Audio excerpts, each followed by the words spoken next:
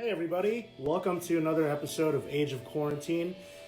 My name is Chris Enriquez, I'm your host. I want to start the show by saying rest in peace to the legend. Man, what a sad day for the rock and roll, heavy metal community to have lost such a gifted and talented, one-of-a-kind individual. Rest in peace, Eddie Van Halen. Man, as if 2020 couldn't get worse. Wasn't expecting that. I want to send condolences to the Van Halen camp, Eddie's family, his bandmates, and everybody. Yeah, just a god awful day for rock music and for music in general, and all the contributions that he made. That being said, one of my friends who was a guest on tonight's show is actually also a big Van Halen fan, so we're going to talk about that a little bit. What you hear in the background is the legendary Beyond, an older band from the 80s, Long Island hardcore band, New York hardcore band. They were just so great, and the members of the band went on to join Quicksand and Burn and 108, and of course our guest, the lead singer, Kevin Egan, who went on to join 1.6 band, The Last Crime. He had some great solo material, and more recently has started a brand new band called Nefarious Pow. We're going to talk to him. He's a New York legend. He doesn't get enough shine. There is a documentary coming out called What Awaits Us, a Beyond Story. Hopefully I got that right. He can correct me. It's a documentary about his first band, which we'll get into, and we'll talk through his whole musical upbringing and career. And if you are not familiar with Kevin Egan, man, you are missing out. I really suggest that you go check out No Longer at Ease by Beyond. Start with that. And then I really think that you should move on to 1.6 band, Broke Up. That is a fantastic record. And my personal favorite is a band called Last Crime. They, man, I can't even begin to explain to you what that band meant to me. And they were probably not one of the most popular bands that he was in, but they were my favorite. They just took the best elements of chaos and beauty and put it into this amazing, soundscape, if you will. But anyway, enough of me yapping. We're going to get Kevin Egan on the screen right now. Welcome to the Age of Quarantine, and thanks for joining us and spending your Tuesday night here on the St. Vitus Instagram channel. I'm Kevin Egan on the screen. If you guys have any questions, feel free to comment. I'll do my best to get to them. Looks like we should have Kevin popping up any second now. I'm waiting for the internet to do its thing. Okay. All right, there he is. What's Kevin up? Egan. You looking good, man. Thanks. Yeah. I thought I was gonna fuck this up. Just this whole Instagram TV thing. Oh man, no, you're good. It looks good. It sounds great, and I'm digging the long hair, man. Yeah. I don't know for how much longer. I actually just ordered a set of clippers, so they're coming in the mail. So I haven't decided. I just moments during the day, I just get really frustrated with having long hair. I'm just like, because I'm either like cleaning up or, doing something and like my hair's falling in my face and, I say keep it, man. It's not only does it look good, but you're an OG metal guy, and it's just screaming to come out, Yeah, I mean, that's, it's kind of cool. It's like, it does remind me of like, like when I was a teenager. My hair, this was probably the longest my hair ever was, like when I was a teenager. So if I grow it longer, it'll actually be the longest that I've ever had. Well, speaking of long hairs, as the hardcore and punk guys would call them back in the day, we did lose, as I mentioned, we lost a really important person in the rock community today who I know you're a fan of, and I wanted to just start by addressing that because it's kind of an elephant in the room, and it wouldn't be right for a place like St. Vitus and people who follow us for us to not address that before we proceed. But Kevin, obviously, we have you on the show. You're a lead singer of so many great bands here in New York, and we're going to talk about that. But I believe you did start out on some metal, and Van Halen meant a lot to you. You want to talk about Van Halen a little bit? Oh yeah, yeah. I mean, when I was a kid, I mean, Van Halen. I think Diver Down was the first record that we had. My brother and I, we had the cassette, and if I'm not mistaken, if I mean, I haven't had I have the vinyl now, but if I'm not mistaken, I think the cassette was kind of like Rain and Blood, where it was the same songs on both sides. Oh, really? Maybe not. I mean, I do remember my brother and I sort of, I was 12, he was 13, and we would huddle behind this this tape recorder my mom had bought us, and that's how we listened to music, was just this like tiny tape recorder. And I vividly have this I have this very vivid memory of he and I just huddling around it, and really getting a kick out of like Happy Trails and Big Bad Bill. The fact that these metal guys, these rock guys, like, insane metal musicians were singing like, I think Happy Trails is like Gene Autry, maybe.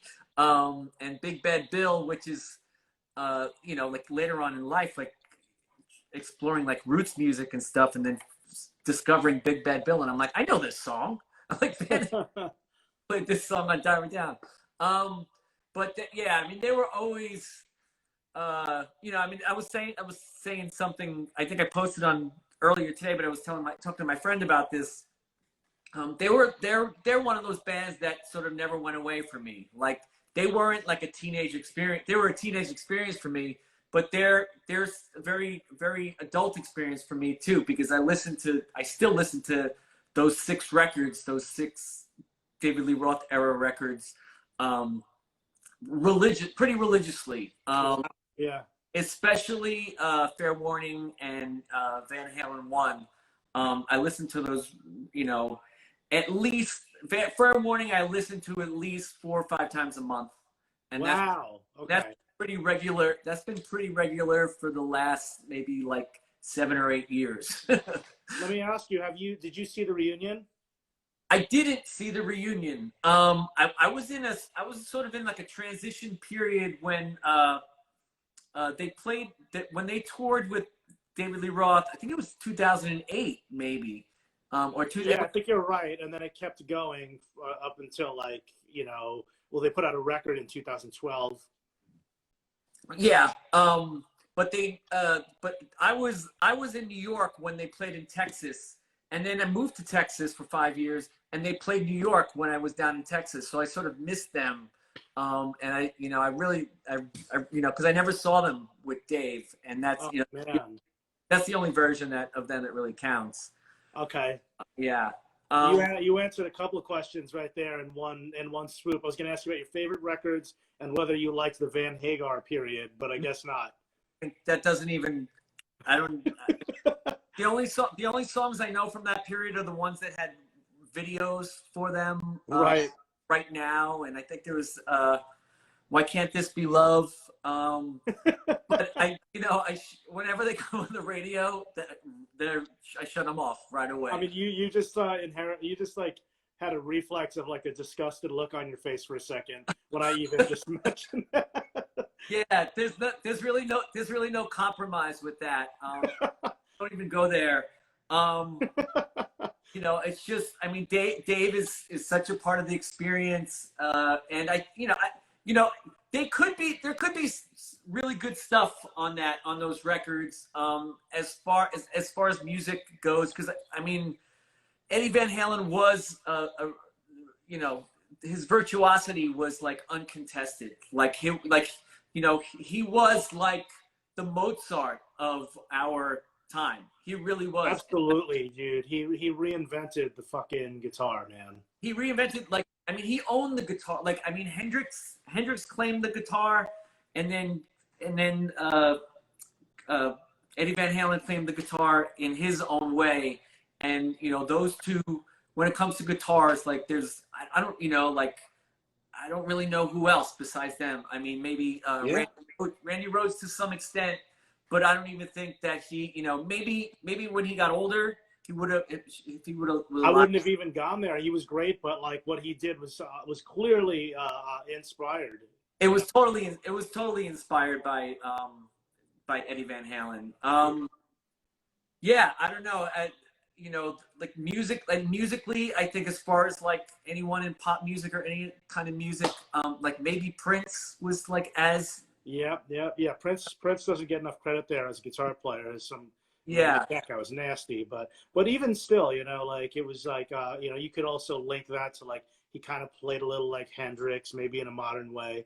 But I feel you, man, and I'm glad that you settled the whole thing on which era you were a fan of. I was gonna guess Gary Sharon, but I you know, thank you. yeah. No, I've never even. So I'll be honest with you, I've never even heard the record that they did with Dave in 2012. Okay. You know, I don't know why that never happens. You know, I'm not opposed to checking that out.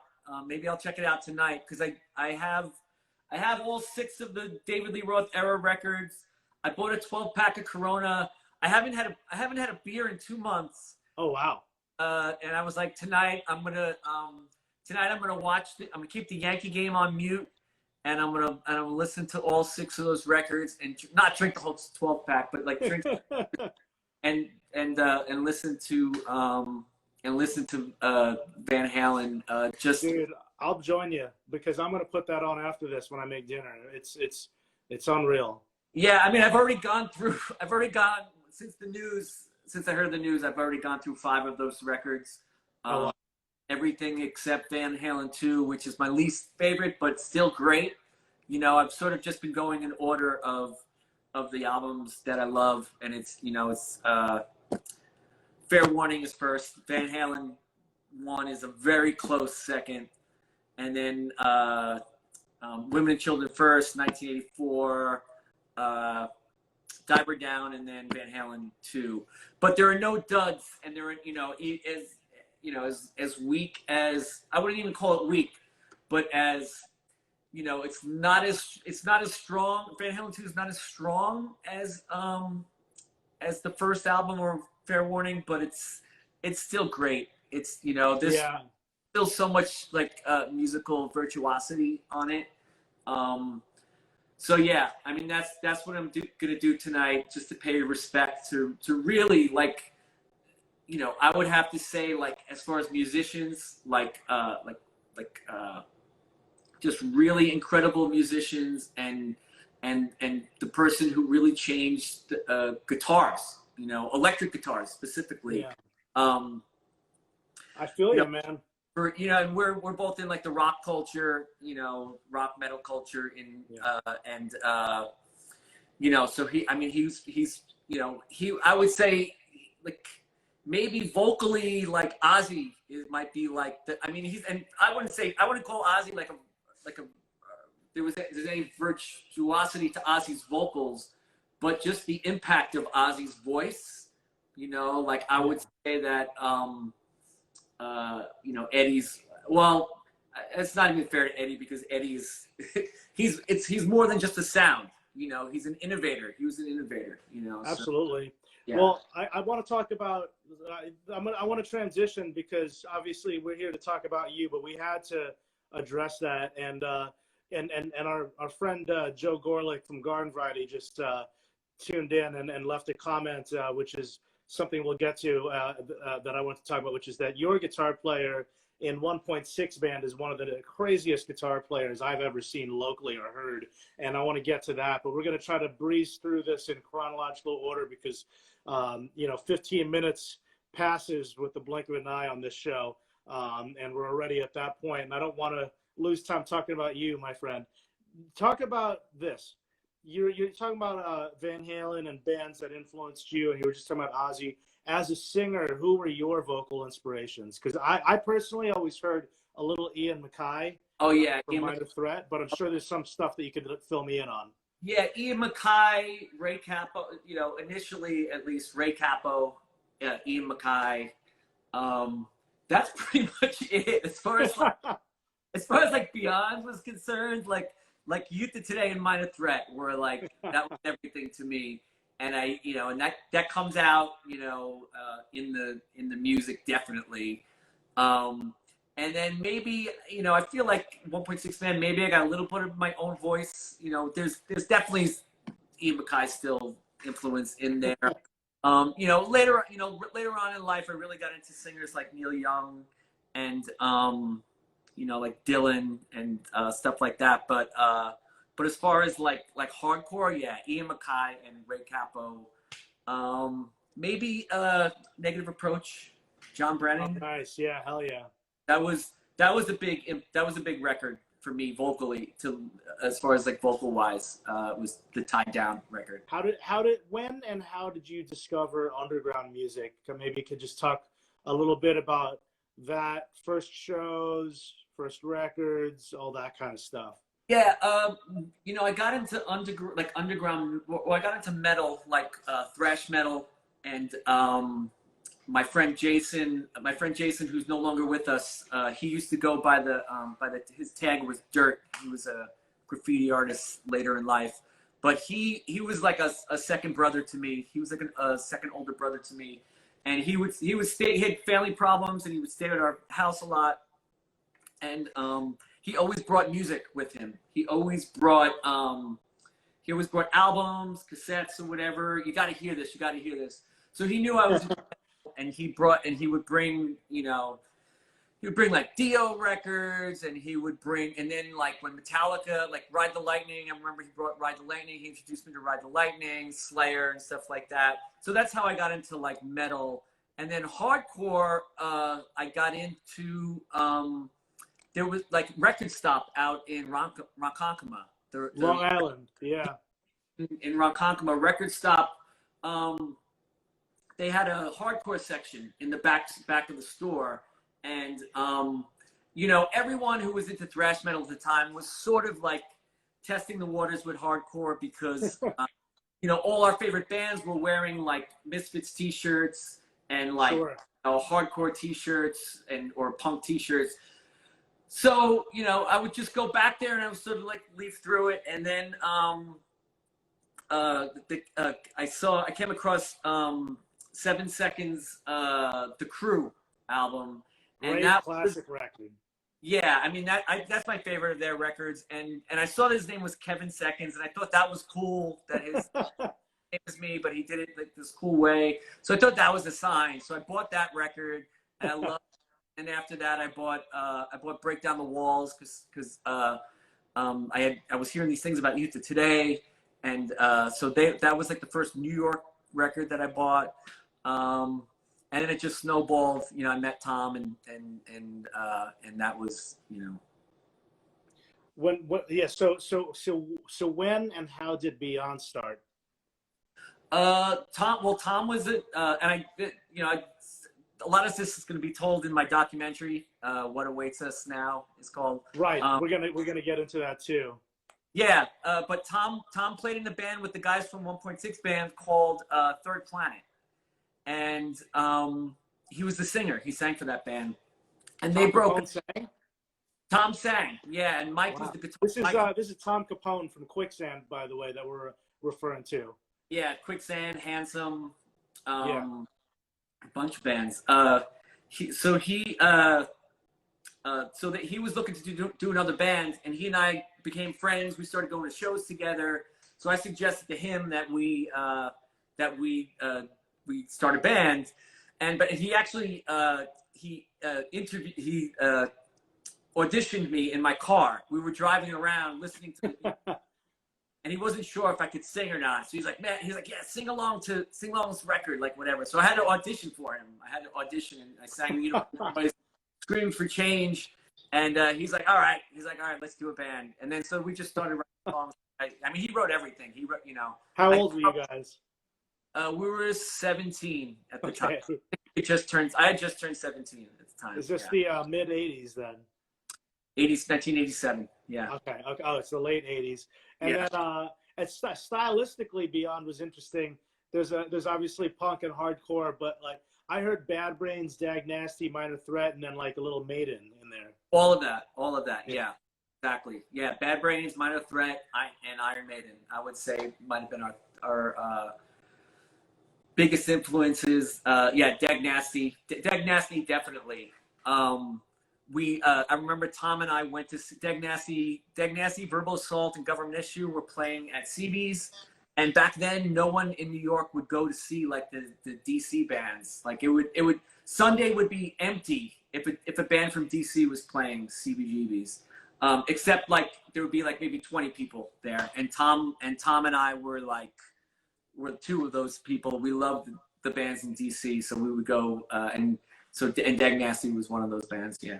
You guys, as you got into hardcore, start going into the Lower East Side and checking out shows there from Long Island. Is that what was going on? Yeah, Tom was already going to shows. He already knew people. He was like, I think when he was like 14, he was already doing like fanzines, and he knew like, you know, everybody in the metal scene, like the guys in Nuclear Assault and like the guys in Straight Ahead who were like New York City Mayhem. But then when I met Tom, I had yet to go to CB's. He's like, let's go. And so the next Sunday we went. It was Uniform Choice and Warzone. Wow. Playing CB's. That's a sick show. Yeah, it was a sick show. And then afterwards we met. This was before Alan and Vic were in the band, but they showed up at the show and they were going to give us a ride back to Long Island. And Vic's car broke down. And that's Vic DiCara from 108 and Alan Cage from Quicksand. Yeah. Yeah. And Vic's car broke down, so we were stuck in Vic's car, and it was a rainstorm, so we couldn't do anything.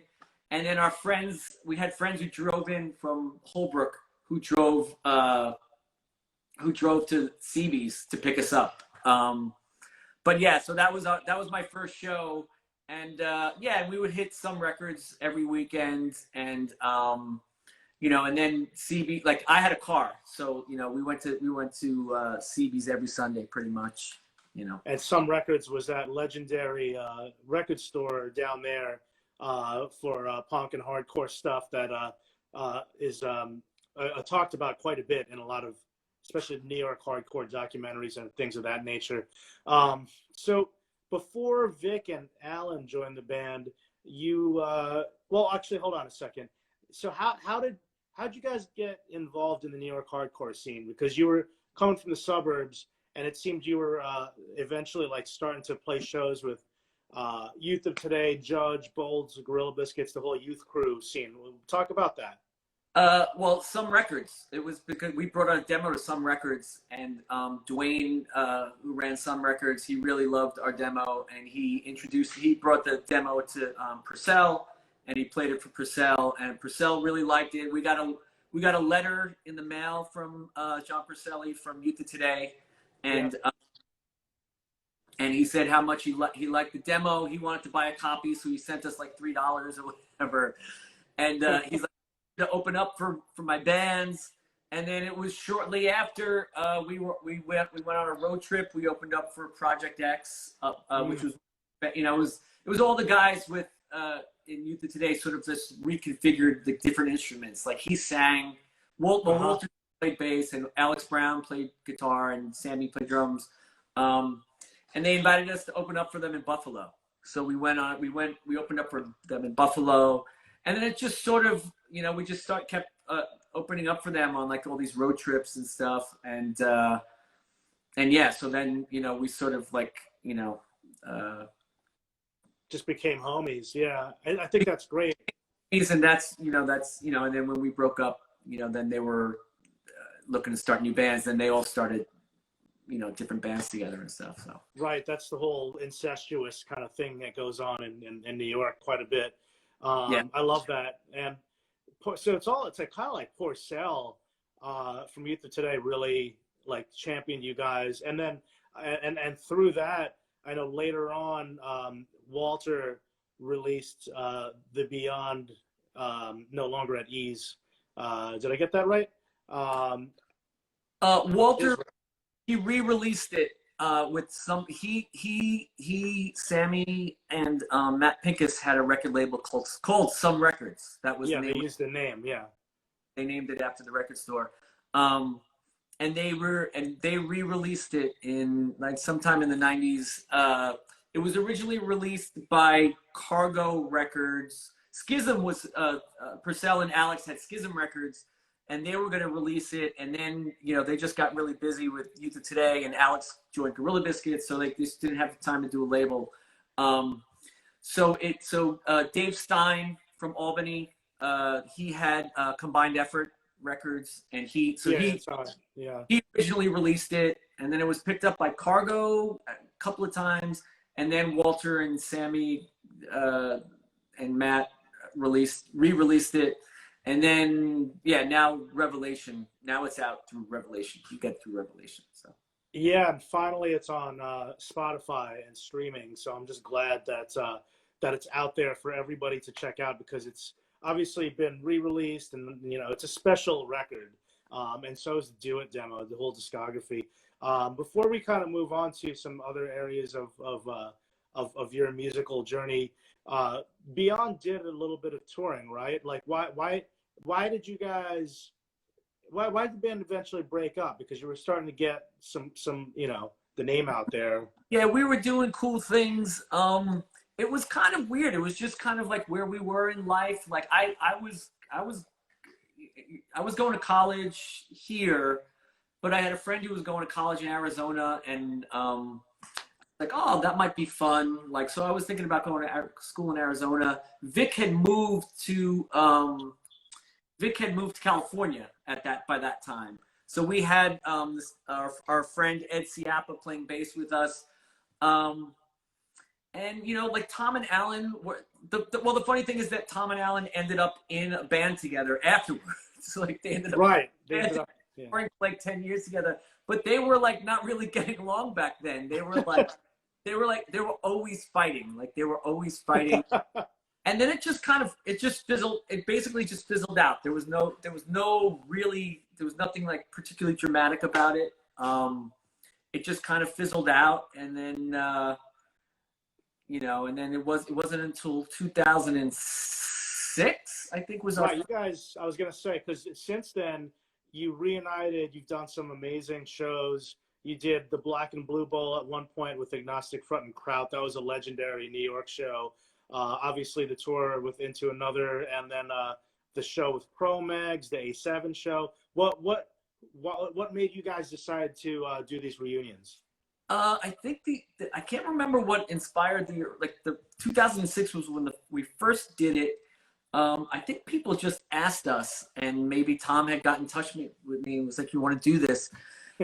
I think they actually offered to pay to have Vic, because Vic was living in California at that time, so like it wasn't that much of a stretch to have him come play with us.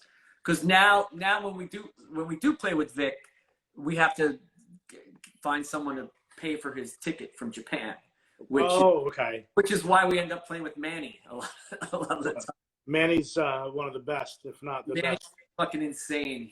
As far as like New York bass players, I would put him like in the top 2. Oh yeah, that's Manny from for everyone watching, from Glassjaw and Burn and Still Suit. And off Still Suit, yeah.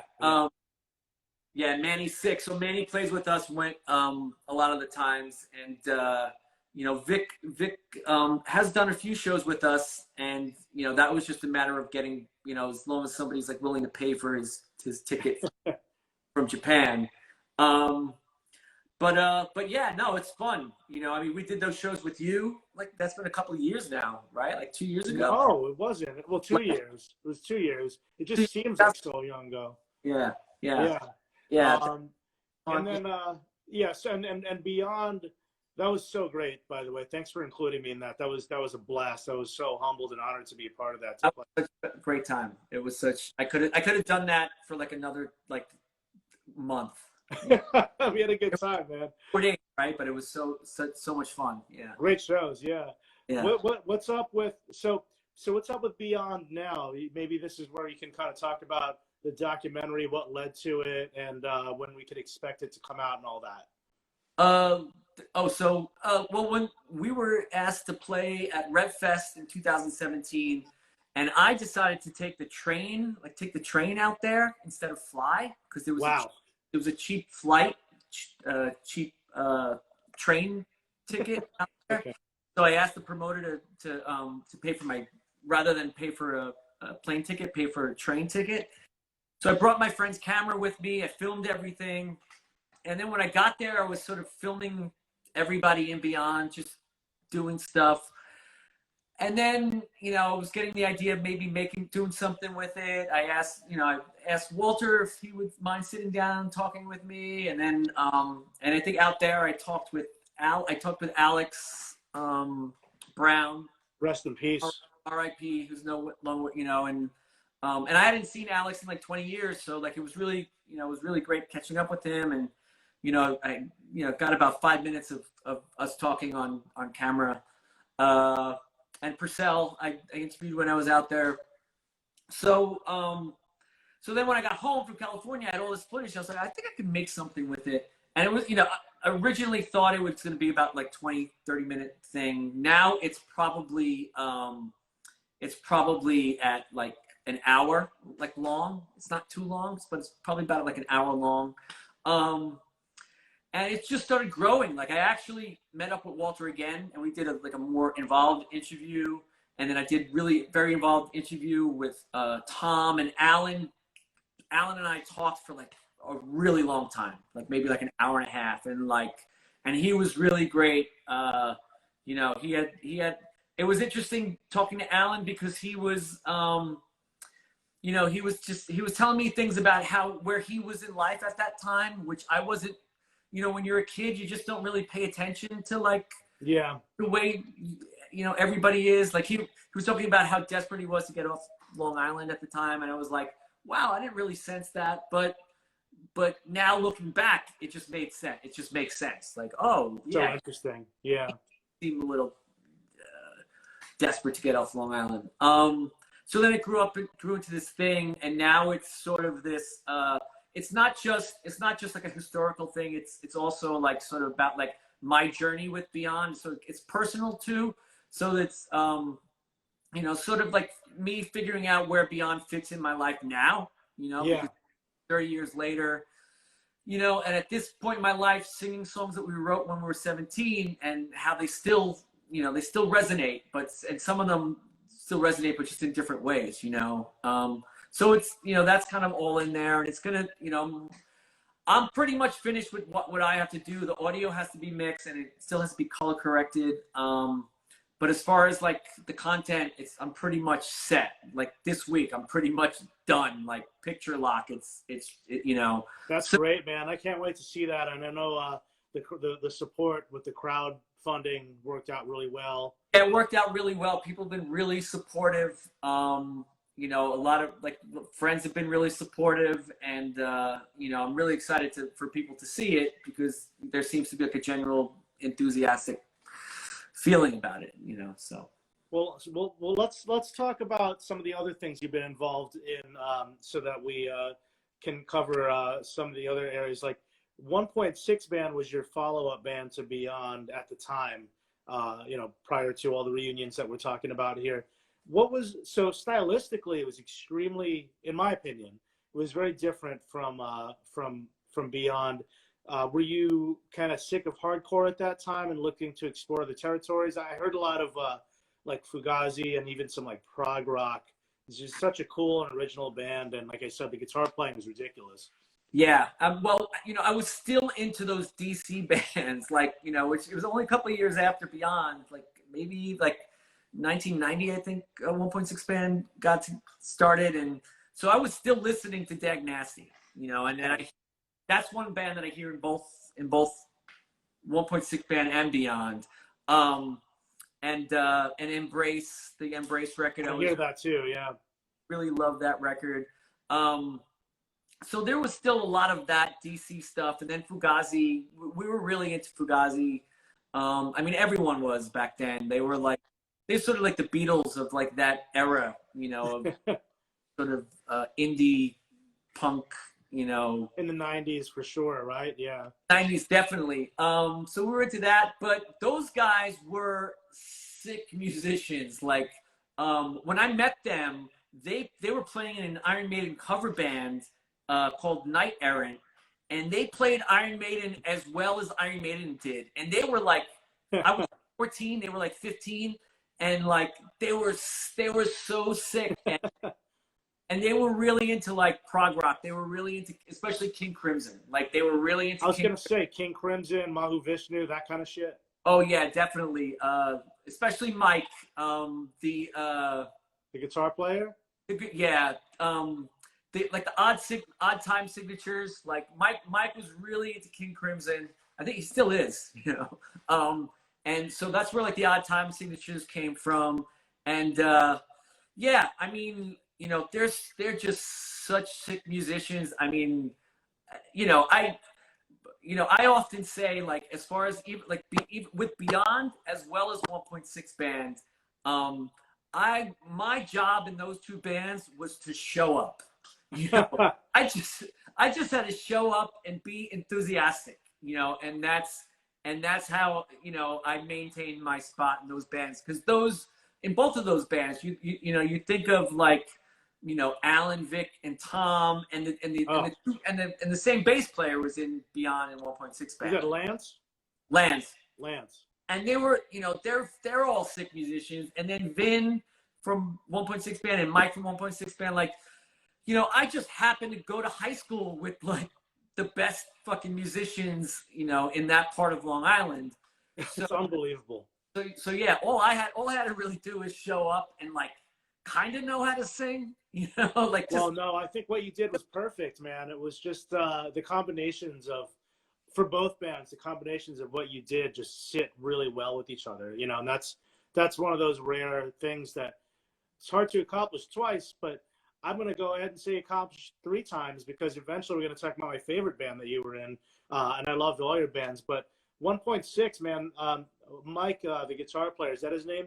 Well, Mike. He had those like cool, crazy guitar effects. You know, it sounds so weird to even compare, but like, you know, like Tom Morello is the only other person I could think of that like, would do wacky shit like that. Yeah, no, he was always into wacky stuff. I mean, he's a highly intelligent person and is a highly creative person. And since I've known him, he's sort of always been somebody who just never did anything cheesy and never, you know, like always wanted to like leave his own stamp on things, and you know, and do it in the most innovative way possible. And, you know, talking about Eddie Van Halen, like, you know, in the 80s, there was so many guitar, you know, virtuosos. Oh, yeah. You know, and Mike was one of them. Like, we went to high school with some pretty amazing, like, we went to high school with Kirk from The Roots, and we went to school with, you know, like some pretty amazing, like, you know, guitar players, like just brilliant guitar players. And Mike was like just as good as them. He was fucking sick, like so. And so everything he did was just insanely musical, and like and very, very interesting, very creative, you know. And that came in like with 1.6 Band. Like it was clear that what we wanted to do, sort of like a Fugazi, sort of like DC influence, like kind of hardcore, but you know, like put your own spin on it, though. Definitely put our own spin on it. And you know, because Mike, Lance, and Vin were such really good musicians, they were so good at what they did that we were able to sort of do it in a pretty creative way, you know. That album broke up on Gurn Blanston, right? Is that the label? It was on Gurn. It was that broke up is the discography. So we had we had an album it was just self-titled, just called 1.6 Band, and then we had 2 7-inches. We had 1 7-inch called Tongue Family Style, which I'm talking about I guess it all ended up on that. It all ended up broke up was the up with the discography. Hence the name, makes sense. Yeah. Didn't even pick up on that. Yeah. But that's streaming on Spotify for anyone that is not familiar or just didn't know, like that. All that's on there, and thank God, because those are some like fucking gems from back then, and that's why I'm actually really bummed that there's no Last Crime stuff on Spotify. I don't think there is anyway. Yeah, but maybe we'll look into it. I don't know. Ian Richter, his record label, The Omega, who had put Right. out the Last Crime record. You know, we broke up. Like we really did him a disservice because, you know, he invested all this money in that band and doing that record and time and energy, you know, and then we paid him back by breaking up. So I don't even know how many copies of that record are out there. You know? I have the CD, and you know, there's a bunch of MP3s circulating around through friends, and I know there was some unreleased stuff that came out. Before we get too involved, though, The Last Crime was your band after 1.6 Band. Well, why did 1.6 Band stop, and how did Last Crime begin? 1.6 Band, we were, you know, like Mike was joining the Electricians Union. And then Lance wasn't really feeling like doing road trips anymore. He would like drive separately because he just, you know, it wasn't his thing. Like he loves Holbrook. He still lives in Holbrook. And, you know, I think he's happy. He's just happy, just chilling in Holbrook, which is awesome. So, you know, I remember sitting in the car with Mike. You know, we played a show in DC, and he's like, I think it was probably time we should break up. And like, we're like, all right. And then, oh wow. And then I, you know, and then it was a couple of years after that I met Steve and Eric and Rich Muller, and we did The Last Crime. Yeah. What was I saw Last Crime. It was one of the most interesting things I ever saw because I had been familiar with, you know, just a bit about everything from, you know, traditional punk rock to traditional hardcore. And then at that point I was hearing some of the emo bands and all that. But I'd never seen anything like Last Crime. And I'm gonna guess that Neurosis had to have been kind of an influence because that's what I got. We were definitely into Neurosis. We were smoking a lot of pot too. I think that influenced our music, but yeah, Neurosis for sure. You know, when I first met those guys, Steve and Eric were going to Stony Brook, so we were hanging out a lot and just like smoking a lot of pot and listening to like a ton of music. Like we just listened to like a ton of music, and I think that influenced like what we were doing. You know, I think Neurosis and Shellac, you know, like that kind of stuff that was happening. Like we were kind of into that. So we, you know, but I mean, for me, Neurosis definitely like just doing something in a very like gloomy metal sort of context, but with sort of the same hardcore voice that I was doing, you know, like previously. So yeah. I mean, I would say metal, Neurosis, Shellac. I can hear that for sure. It's still everything you've done always had a little bit of that sort of like, you know, that indie sound from that time. But but this band, I mentioned Neurosis because it was darker. This is like the darkest band you ever did. And I don't know, I was terrified when I saw you guys. I had seen metal bands already at that point. There was something so real, and I think it was because it was in a YMCA. Yeah, and there was something like strange about it. Like it wasn't like standard metal or hardcore. I'm like, these guys are angry and it's dark and just seems like psychotic almost. Yeah, I mean, I would have to say that wasn't my. It's funny because I was just talking with my therapist about this. Like my 20s was not like a particularly happy time for me. Like my early 20s, or sort of after 1.6 Band broke up, you know, until like my sort of late 20s. Like I had like a 3 or 4 year period where I wasn't particularly happy, and I was sort of going through this existential crisis. And I put that all into like The Last Crime, like any lyrics that I wrote for it. And I think, so if it came across like we were sort of like on edge, like there was definitely that, you know. Yeah, shit was wild, man. And the sound, yeah. Yeah, and I think maybe like the weed that we were smoking was probably like, weed. So we were like, you know, we were all kind of like in this, you know, and Rich likes to drink like 1,000 beers. So like, there was that element to it too. Cause we always had cases of like Budweiser around and stuff. So it was, I mean, that probably fed into like my unhappiness. this too. So I really liked it. I mean, I guess they sometimes say some of the best music comes out of torture or depression or dark times. I'm yeah, not, yeah. I mean, I'm definitely happier now as a 50 I just turned 50. Like, I'm definitely happier and healthier, and I'm probably writing more music than I was then. So you don't need it. And I could, I could still write songs that are sort of gloomy and sort of like in that style. My cat's trying to jump into frame, but um, but it does, I mean, at least I had that, at least I had the music at that time to really get through, that sort of dark period, I got a question from somebody watching here. I'm just gonna pull it up real quick. At Shitty Picks wants to know, how'd you come up with the name 1.6 Band? Mike came up with that name. We were looking for a name. We were ready. Like I don't know if we recorded yet or we had songs we were ready to record. We're like, oh, we better get a name. We better come up with something. And we were trying different things out. And then I remember we were playing basketball one day and he was like, what about 1.6 Band? And I didn't even know what it was, but it just sounded right. I was just like, yes, like that should be the name. And it was like, we were going to Suffolk Community College at the time, and I think it was like one of his math books. There was some like theory that was based around 1.6, like it's called the 1.6 theory or something. Such an interesting name. So we were like, yeah, and it sort of fits because it's very mathy music, So it was For kind sure. of, yeah. I'm gonna read a comment from Joe Gorlick of my favorite Long Island band, Garden Variety. Mike from 1.6 Band needs to get some guitar love. A true genius of the instrument.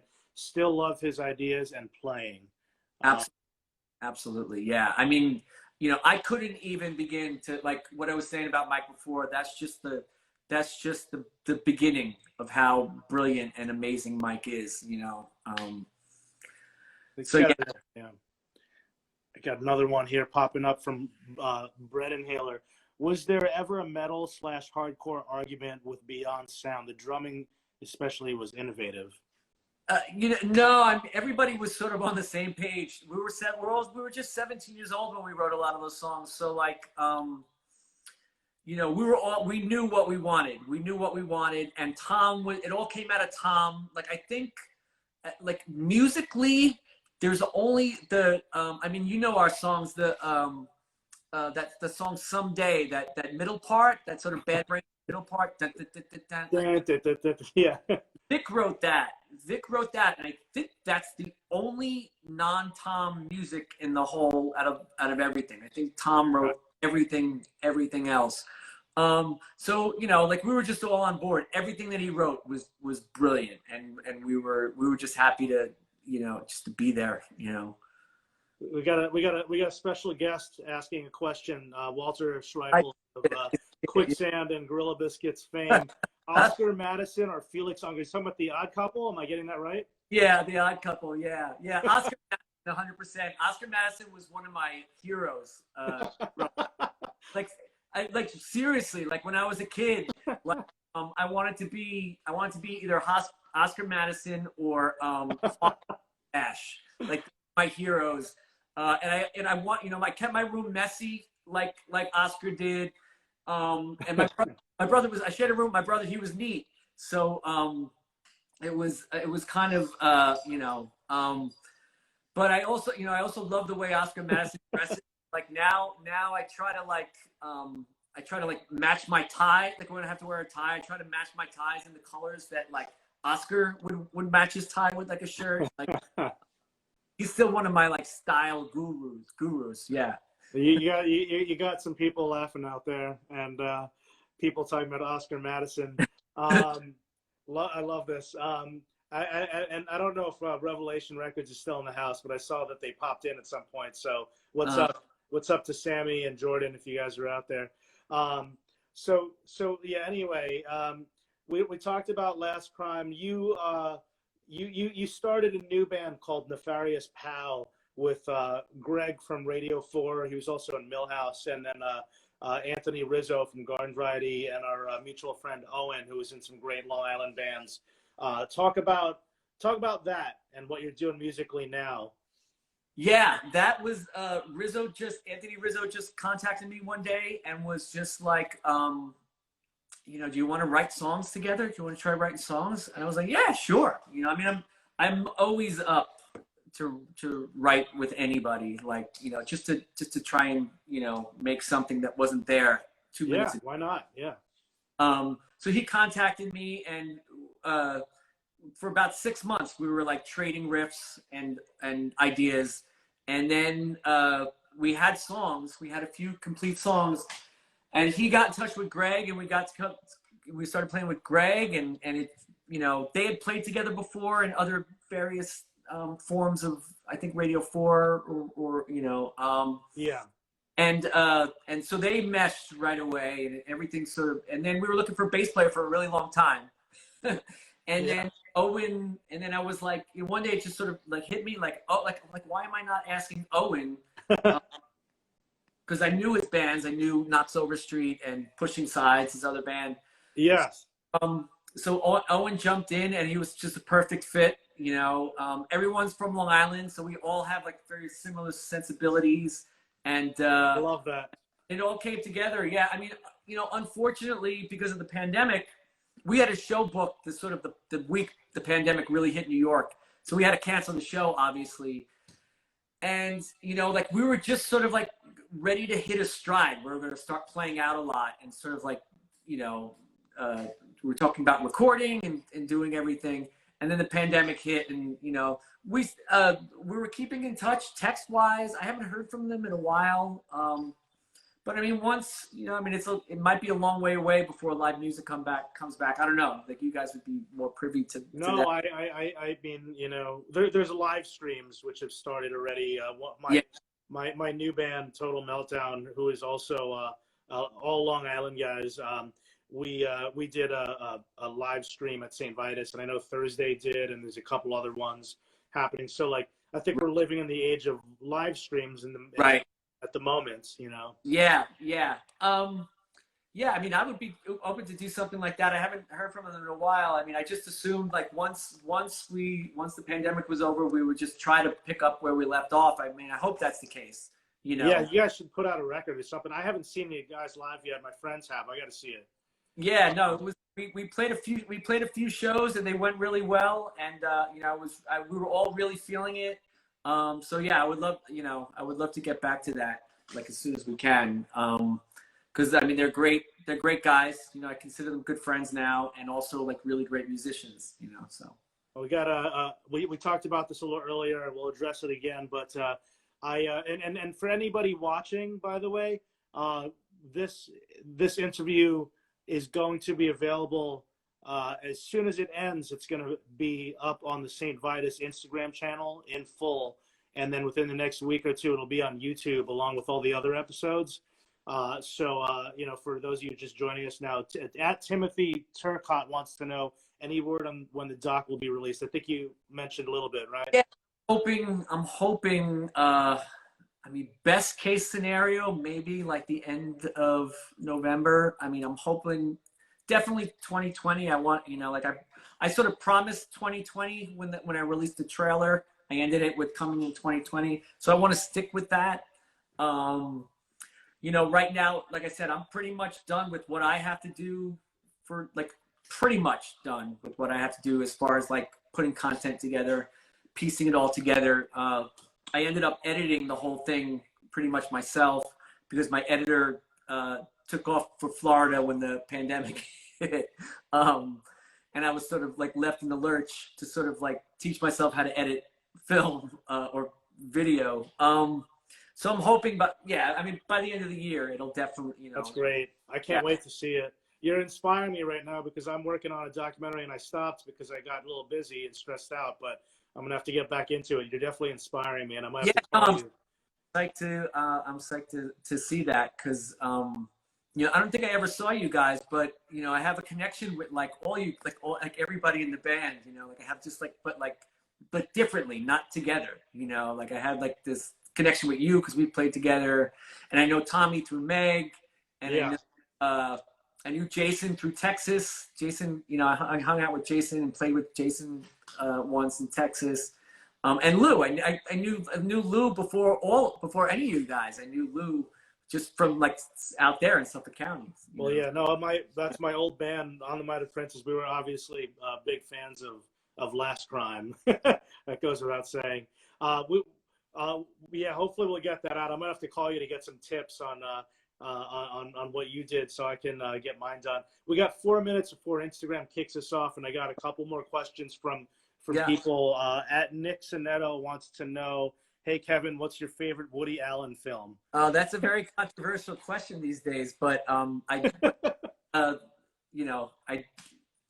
my favorite Crimes and Misdemeanors, definitely, with Martin Landau and Alan Alda and Woody Allen, Mia Farrow. I think it's his most brilliant film, like even more brilliant than Annie Hall. Crimes and Misdemeanors, and Husbands and Wives. I love the stuff that he did just before the axe fell and we found out all this shit about him. Oh God, doing great stuff, and I think because of that, all that controversy, he never really found his footing as a film anymore. Hey, at least he left us with some gems. At Sean W822, Kevin, any particular filmmakers inspire your filming style?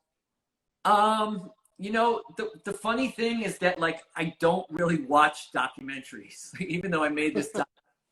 I don't really watch documentaries. I just love fictitious cinema more than anything. Besides music, is I love movies, and I'm always watching movies. And but I've seen enough documentaries, and as far as my favorite documentary filmmakers, maybe Les Blank, or